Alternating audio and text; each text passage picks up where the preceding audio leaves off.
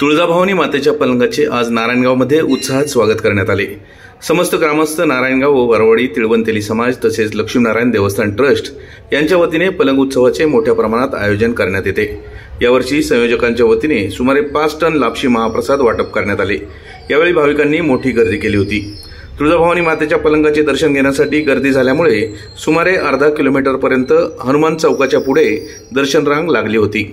याच बातमीचा आढावा घेतला आहे आपला आवाज न्यूज नेटवर्कचे कार्यकारी संपादक किरण वाजगे यांनी। पाहूयात।